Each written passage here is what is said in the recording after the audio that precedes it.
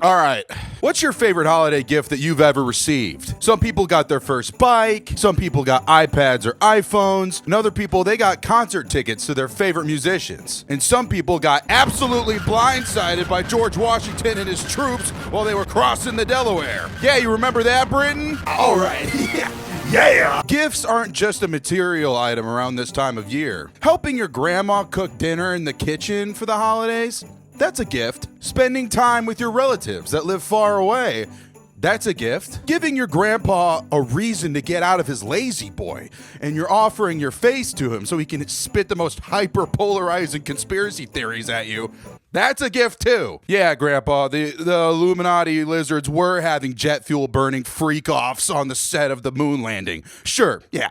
Let's get you to bed. The physical gifts, they are just a key component to the actual gifts that we receive around this time of year, and that's memories. The memory of these moments are the most tangible, everlasting moments of all. For me, the strongest memory of a Christmas gift was when I would be receiving the most popular game console at the time. Picture this, 2005. George Bush is president. People are banging their favorite tunes on an iPod. Saddam Hussein, he's getting tried after hanging out in his underground rock tunnel. All my friends in the neighborhood, they all had PlayStation 2s, and me and my brother, we wanted one so bad. More than anything in the world. Coming down the stairs at 5 a.m. on Christmas morning to see a suspiciously PlayStation 2-shaped present under the tree, that filled my little heart with Christmas joy and wonder and whimsy. Throughout the years, new game consoles, they've become a staple of the big Christmas gift. One item in particular became the hottest item on the shelf for years to come, and that was the Nintendo Wii. So when Christmas of 2008 or 2009 came around,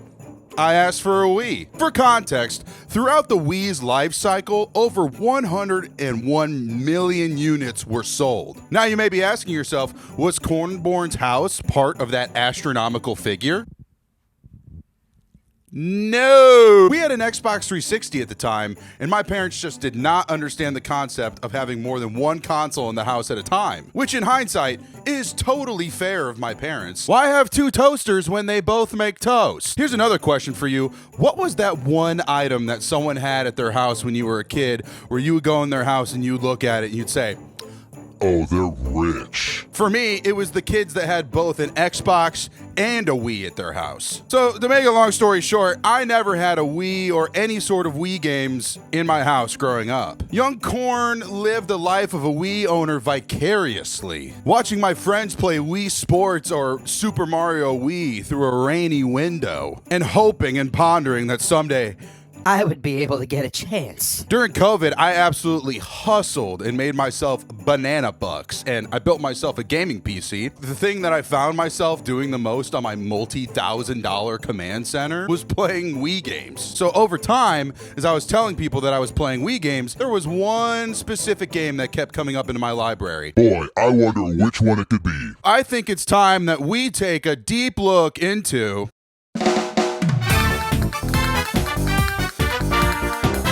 Mario Kart Wii is the sixth game in the Mario Kart series. Mario Kart, it was launched in 1992 with the intention of bringing a kart racing simulator into the homes of millions. With the massive success of Super Mario Kart, Nintendo was determined to release a standalone Mario Kart game on each of their flagship consoles. When you log into Mario Kart Wii, you are entered into a license screen, which is basically the equivalent of like a save file screen from any other game. The license, it shows you how many cups that you've completed under different CCs, and CCs are how fast those karts or bikes can go. After selecting something on the menu screen, you are given 4 different options: single player, multiplayer, Nintendo WFC, and Mario Kart Channel. Each of these options here, they're pretty self-explanatory, right? You're given the question of, do you have friends or not? And obviously I don't, so I ran it as single player. After picking how many different players that you'd like in your party, you're brought to a screen that gives you 4 different options: Grand Prix, Time Trials, Versus, or Battle. Grand Prix,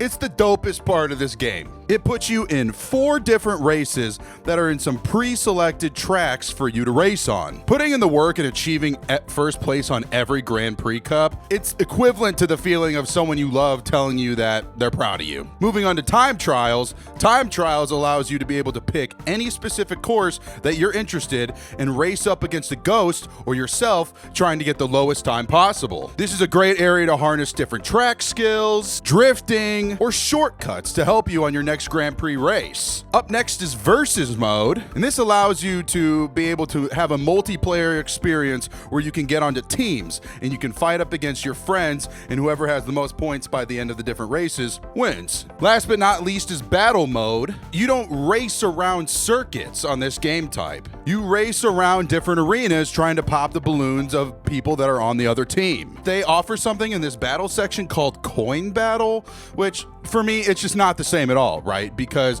in Coin Battle, you drive around and just try to collect as many coins as possible. With the Balloon Battle, you are actively trying to destroy your friends and family. It made it a lot more strategic on how you wanted to take them out, not just a collect-a-thon in a cart. So to complete or 100% Mario Kart Wii, it's mainly based on unlockables. You unlock characters through collecting Grand Prix Cups, beating ghosts on time trials, beating Mirror Mode, which is basically the track, but it's flipped, and more. Once everything is unlocked and you have a gold star in every single one of the Grand Prix Cups, then you have beat the game.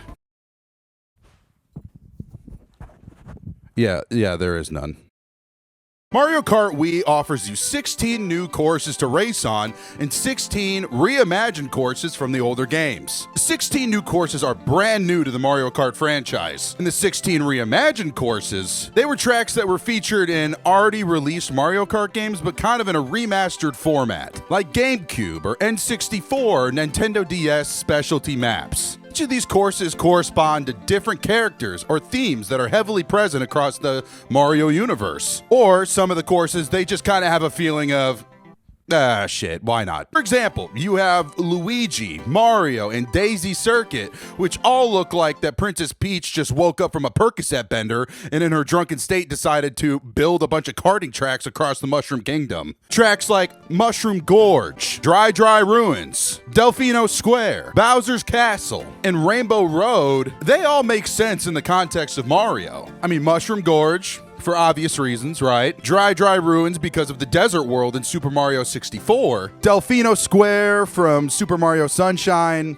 and so on. These Mario-centric maps, they add in some pretty dope details to really fill in the atmosphere while you're racing around them. If you're in Delfino Plaza, well then you'll see that the citizens of Isle Delfino, they're taking a break from selling melons to come see you absolutely cook some rubber around their sacred land. Oh, so they get mad when there's goop all over their island, but they don't get mad when a bunch of foreigners come in and try to turn their sacred land into a Daytona 500. Yeah, okay, that makes sense. See, because minus the logical fallacies, these little details, they all make sense in the context of a Mario universe. But then there's maps like Toad's Factory that raise some questions. What the hell do Toad need a factory for? When did Toad become a titan of industry, trying to shadow over Rockefeller and Carnegie and Ford? Does Toad union bust and cancel overtime pay for his employees? Get back to work. Another wildly out of context map would be Moo Moo Meadows, which is basically just like a dairy pasture farm,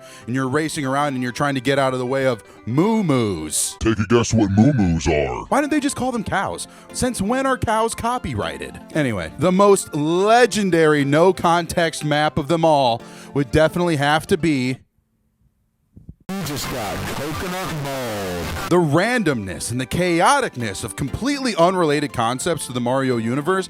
I think these kinds of maps like Coconut Mall and Moo Moo Meadows, they add a lot of charm to this game. When you fire up a Mario game, you expect to be in the middle of a mushroom field, or driving around through Bowser's Castle, or riding over a road that's made out of rainbows. All those things make sense in the context of Mario. But Mario and the gang speeding past a skinny dude's bedazzled phone case booth in a mall, or at the birthplace of a Red Robin burger, or booze cruising down the wrong side of the highway at night. These experiences tend to be the most memorable for me because it creates a whole new environment for these Mario characters. They push the boundaries, challenging you, making you think, Where do these Mario characters belong? I ran the question of what's your favorite Mario Kart track past the cornfield in one of my community posts. Come on in, come join us for some dork-ass conversations.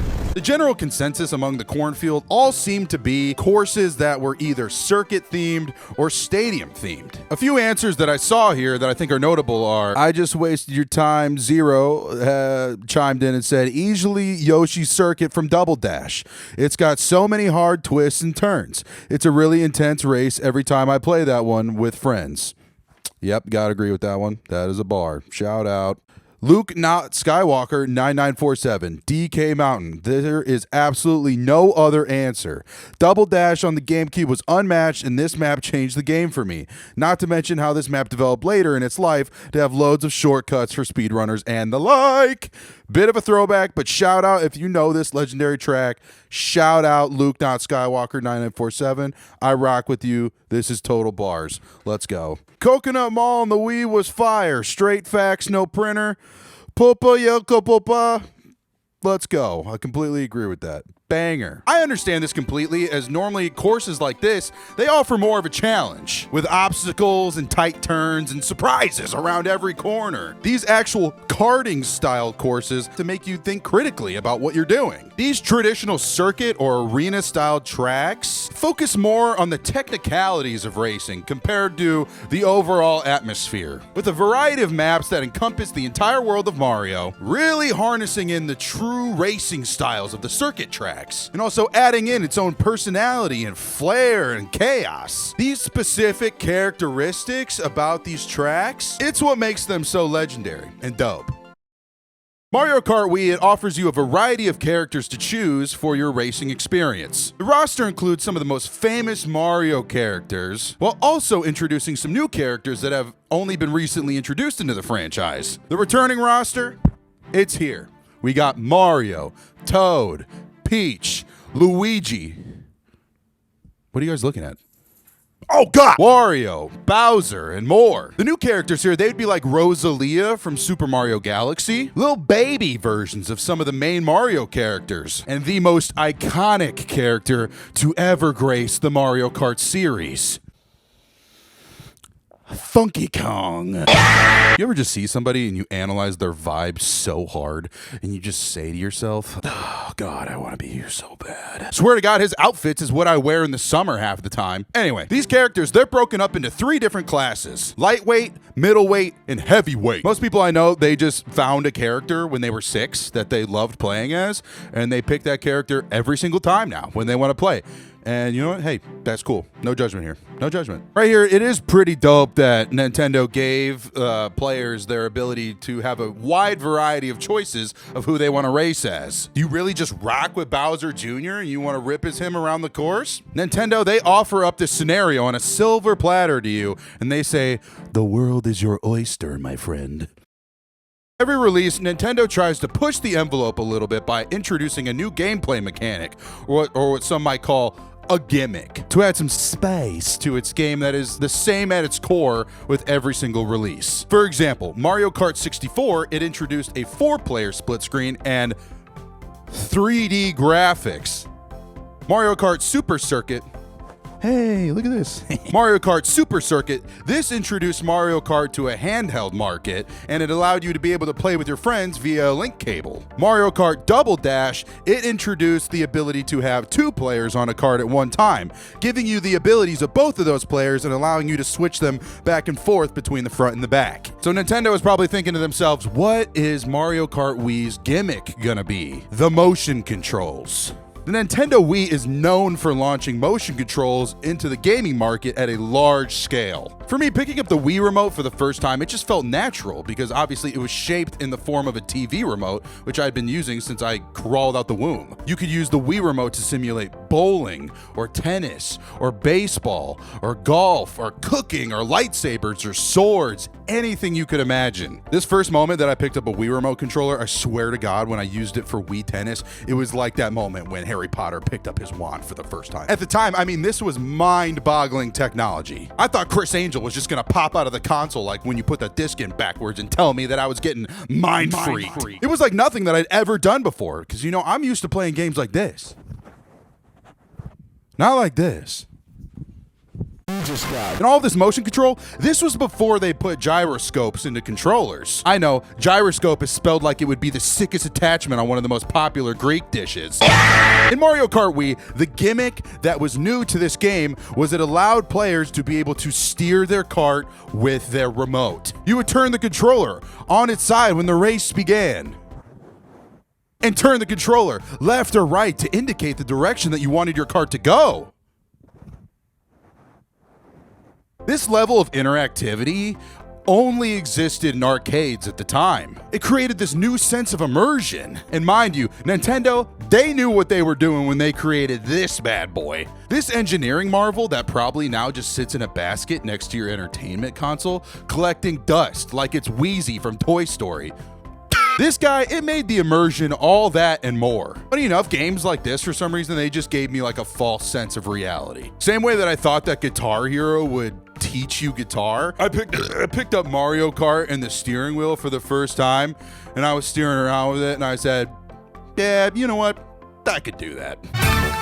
Now that my frontal lobe is developed, I can objectively say that motion controls is the most doo-doo and booty cheeks way of playing this game. While this technology was exciting and new at the time, well, when you were ripping around the corners and the boundaryless walls of Rainbow Road using the motion controls, You could really feel that it was new. it was always a little bit behind when you wanted to turn or correct your drift or correct the line that you were taking around the map. So for me, when I most recently played through this game, I used the motion controls once, and it went like this. Nope. Here's a corn-born pro gamer tip for you. Just revert back to medieval times and use the Wii remote and the nunchuck, or the classic controller, or the pro controller, one with an actual joystick. Because look, the motion controls, they are so much fun, and they add so much immersion to whatever game you're playing at the time. But with a game that just has so many micro inputs and requires your absolute sharpest attention to detail, the Wii remote, it lags behind just enough to mess up any sort of gameplay that you're doing in Mario Kart Wii. Because look, I know it's fun to mimic a steering wheel, but if you're hyper competitive in Mario Kart like me, I don't want the most fun controller style. I want to win! The objective of Mario Kart is to win. That's it. Any means necessary. I talked about couch co-op in my Lego Star Wars video, so if you haven't seen that one, go check that out. I'll link it above here right now. Most couch co-op is about bringing people together to achieve one common goal. Mario Kart Wii's couch co-op, it's about tearing friendships apart and families apart over broken small egos and total sore losers. Today, Korn is going to teach you how to maximize your chances of winning every single time. There are multiple factors that need to be understood to position yourself to get into that winner's bracket. These are kart/bike stats, basic racing strategy, launch off, drifting, item usage, shortcuts, and sportsmanship. I want to put a disclaimer over this entire portion of the video right now. I'm hoping that these tips and tricks, they make you a better racer in a casual setting. This is not for online racing, lap maxing, or anything else. These tips, they're for people who get a text from their group chat that says, "Oh my God, I just found a Wii in my closet. Should we get together? Should we have a game night? Should we play Wii?" And then you reply with, "Oh yeah, sure, sounds fun. Yeah, it's been a while since I played Wii." But you've actually watched Cornborn's video about Mario Kart Wii, and now you're 400 hours deep into practicing, locked and loaded with a wealth of knowledge. To start, look, you're probably saying to yourself, this guy's just another stupid white dude in front of a green screen. He looks like Jack Black, and he has massive skill issues, and his band sucks. Why should I trust him? Well, I live in Indiana, and I know a thing or two about racing. Yeah, I've been to the Indy 500 once, and I took notes. You can trust me.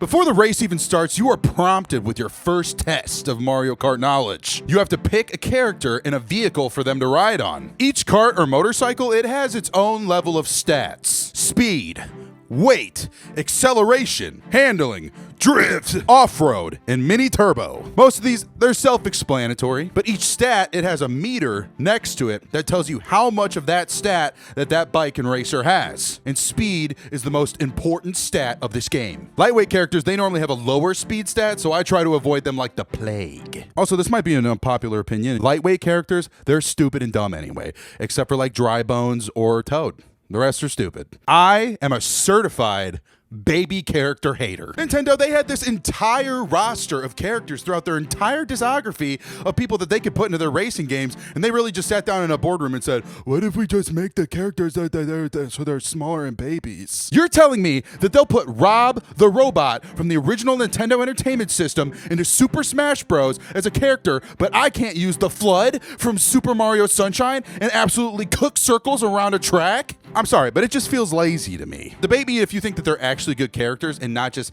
because they're cute. Back to the stats. I read this one time on a Reddit thread like multiple years ago when I was playing the newest Mario Kart game, that when you're looking at stats, you want the most balanced stats of them all across the board. For me personally, I've noticed that this makes handling, speed, acceleration, drift, when all of those are equal, it makes it the easiest time when you're trying to make your way around the course. With these stats, you've already positioned yourself to have an advantage before the race even starts. We must revert back to ancient techniques to the ones who came before. You may just be thinking to yourself, it's just a big ass circle. Everybody goes the same distance. Wrong! There is key knowledge here to utilize while racing in Mario Kart. The line. All my alcoholic degenerates out there probably just said, oh, I know the line. I walked it plenty of times. I bet you have. Keep operating while intoxicated, but next time you got a wheel in your hand, make sure it's the Wii wheel. The line in racing, it is known as the optimal path a driver takes around a racetrack, utilizing the entire width of the track to maximize speed through corners by entering wide, touching the inside apex, and exiting on the outside, essentially taking the longest possible radius throughout the turn to maintain momentum. Oh my god, that was a mouthful. Let's look at an example on a Mario Kart Wii map. Mario Circuit. Cornborn, I'm going to cut over to you. We're going to take a look at that concept I was talking about with the line, okay? So we're going to take a peek over to here real quick and check out what this is all about. All right, so if you take a look here, you can see that, let's say we're starting at the beginning line, right here, right? At the finish line is where we're going to start off. What you want to do in this line is you want to cook the outside edge, right? So we're going to edge down the track and then around the corners, what I was saying earlier, apex. We're going to go around the apex of this corner. And then eventually we're going to kick back out and hug this wall so we can take in this apex. And then once we get off that corner, we're going to hug this wall so when we come around, we can hit this corner. And then we're going to come down to this wall and hit that corner. Does that make sense, right? In the racing world, this is what's known as the line. So you're going to come back around and then eventually kick back out to that first wall and then find yourself back again, right? Does that make sense? Because to me, I actually have no idea what I'm talking about. Most people who engage in the competition of racing, they'll tell you that getting that first start at the beginning, it's crucial to keeping up your pacing throughout the entire race. Mario Kart, it gives you a solution to be able to get that first good head start to kick you off. A good way to get that extra footing at the beginning of the race is to utilize the launch off. As the numbers count down, 3, 2, 1. There's a gap in between 2 and 1, and you just kind of have to have that swag rhythm in your head, right? So you can get that offbeat. Right in the middle of 2 and 1, press down on that gas. Let them wheels spin, baby. Let them cook. Let them cook on that asphalt. Because if you do, that is the optimal time to get a launch that's going to push you into first place. But here's the problem here.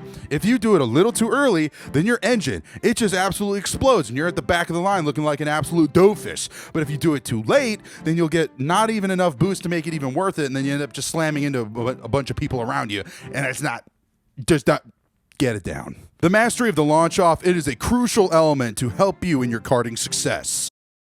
Drifting is absolutely essential when it comes to becoming a Mario Kart champion. When you're selecting your karting style, it gives you two options at the beginning, automatic and manual. This is honestly the dumbest way possible for a game to say, you can drift by yourself or we'll do it for you. When I first played Mario Kart Wii at like 7 or 8 years old, for some reason I was under the impression that automatic and manual actually indicated that you would have to shift gears. Like, every other car in the world or every other racing game in the world, mind you. But no, this game, it just meant you can drift or we'll do it for you. For the love of God, race in manual. For do not be afraid, my child, for this will bring you karting enlightenment. The manual drifting portion, I'm not going to lie, it is something that when you get that first taste of it, people can't get it figured out right off the bat. It does take time, patience, and commitment to be able to learn this ancient art. Drifting is super important because it helps you gather up a speed boost. The longer that you drift,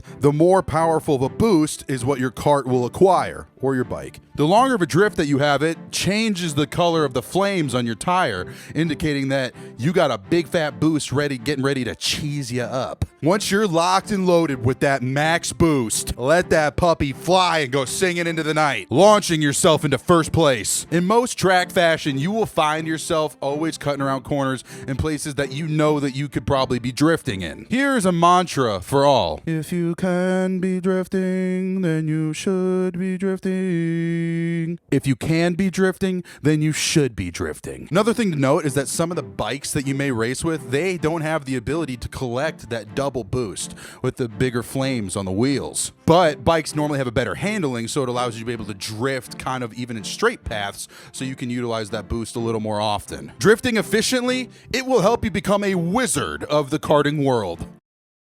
Item usage is another crucial component of Mario Kart Wii. Sprinkled throughout the courses are little mystery boxes that you crash into to be able to get an item into your inventory. Once you crash into the box, a roulette spins in the upper left-hand corner, indicating which item you're about to get to help you get an advantage out on the course. There is a large number of items that can be randomly assigned to you, but based off on your position in the course, if you're in 6th or 1st or 12th place, based on what place that you're in, that kind of helps correlate to one of the items that you'll be getting. If you're in 1st place, well, they always give you the most doo-doo items on the track, which is like a green shell or a banana. But like, let's say you're in last place, then you have a super high chance of getting a bullet bill or star power. Let's highlight some of the best strategies to utilize these items. If you're in 1st place and you get a green shell or banana, I know I just said that they're doo-doo butt cheeks. Hold on to them, because you don't want to just shit whip them in front of you because you think that there's nobody in front of you and it's not worth anything.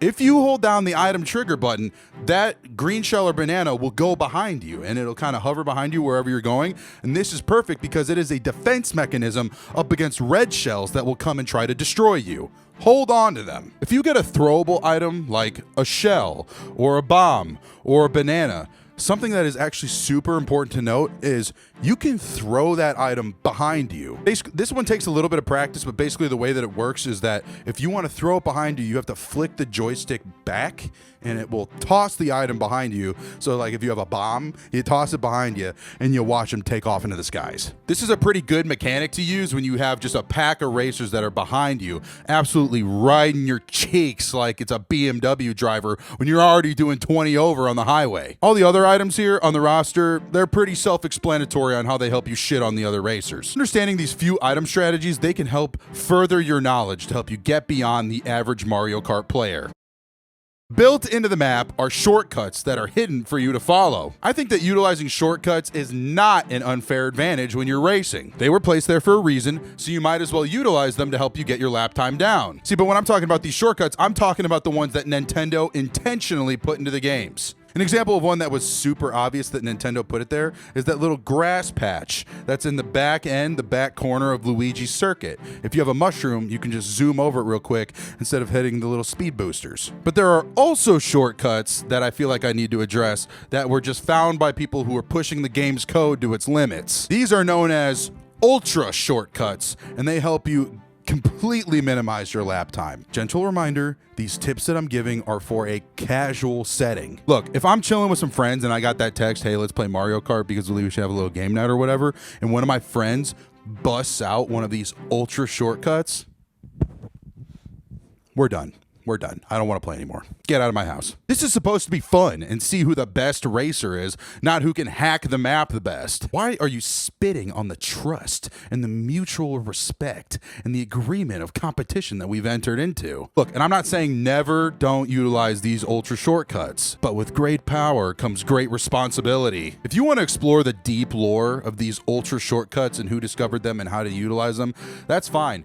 But I would not recommend ever doing this in a casual setting with your friends, because at the end of the year, you will be receiving Asshole of the Year award. Studying the maps and looking for intentional shortcuts and utilizing them, these can help propel you into the winner's circle. Sportsmanship, it's not a technical skill that's going to help you race better. It's a mentality that allows you to take in your race and your performance for the good or for the bad. So you got to hit those lines, utilize the launch off, cook some drifts as hard as possible, master the timing and utilization of items, memorize the shortcuts. If you have truly harnessed in on all these skills that have been previously mentioned, then at this point, don't focus on anybody else. Focus in on yourself. Do whatever you can to perform the best on the track. If you win, be humbled and be honored that your hard work has paid off. If you lose, then appropriately congratulate the winner and get back to the drawing board to figure out your lines or figure out a better drift strategy or more. Because if you lack sportsmanship, then you're probably just the type of person who's going to utilize the ultra shortcuts in a casual setting to win, and everybody's going to hate you. But on the opposite end, if you're absolute ass at this game and you lack sportsmanship, you're probably the type that's going to flip around and drive the course backwards because, what, I'm just going to lose anyway. Take that behavior back to Baby Park, where it belongs. We win with gratitude and we lose with gratitude. At the end of the day, this game is really just about friendly competition. You got to accept that you could win or you could lose. And at the end of the day, it's just all about having fun. Good sportsmanship, it'll help you keep you grounded and focused on your own path to achieving that winner's trophy. Combining these skills, it really helps with the overall gameplay of Mario Kart Wii. Drifting, items, lines, shortcuts, boosts, all these things, at the end of the day, they really do define the gameplay. Mastery of these skills hopefully will propel you into another level of Mario Kart playing.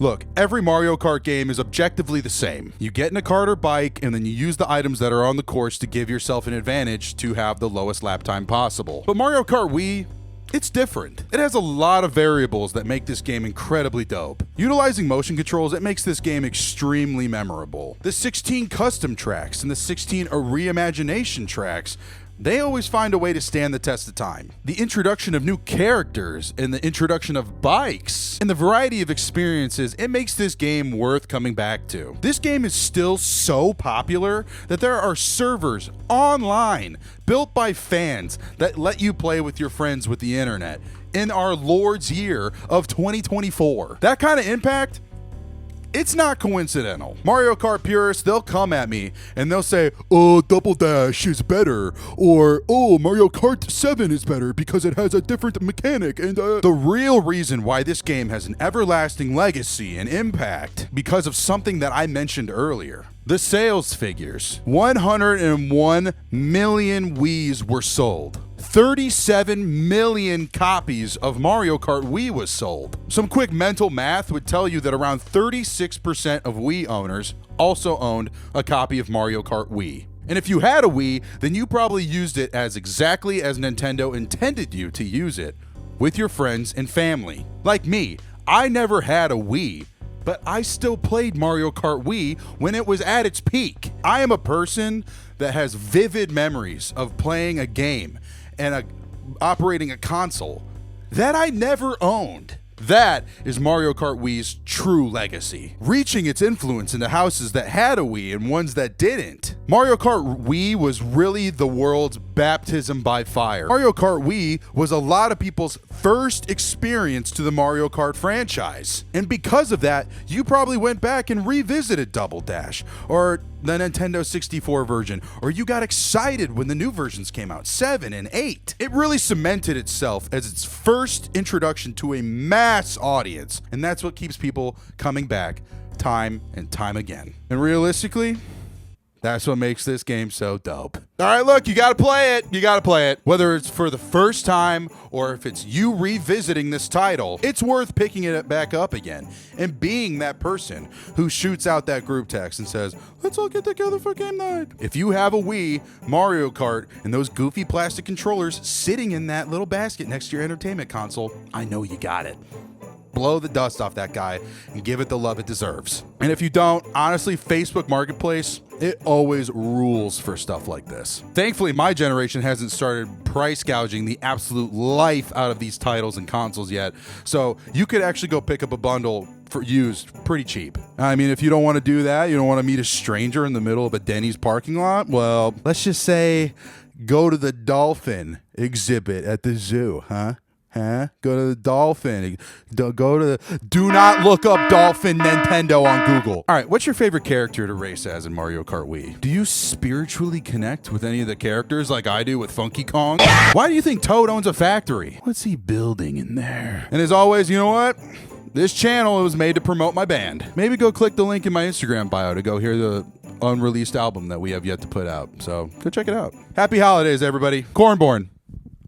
So I think I'm going to make these end of the video shout outs just kind of tradition at this point. This channel, it continues to grow with friends that just enjoy reliving and exploring these just incredible games. From the last video where I was recording a message like this, we were at 1,400 subs. And by the time where I post this, we're going to be over 3,600. So the growth is immaculate. Insane amount of support, conversations, memories, and the love for these games. It's just been great. It's been great so far. This is all thanks to you. If you're at this point of the video and you're watching, this is all because of you. So thank you. If you like the video, all I'm asking for you to do, drop a like, drop a comment. I'll try to get back with you and respond to you. I've been trying to be on top of that, responding to everybody. Subscribe. If you like the video, send it over to a friend that you think might get a good chuckle out of it. That'd be kind of sick. Thank you again to everyone. Just super thankful to be here, and I'm thankful that we can build this community together. On to the next video. Signing out.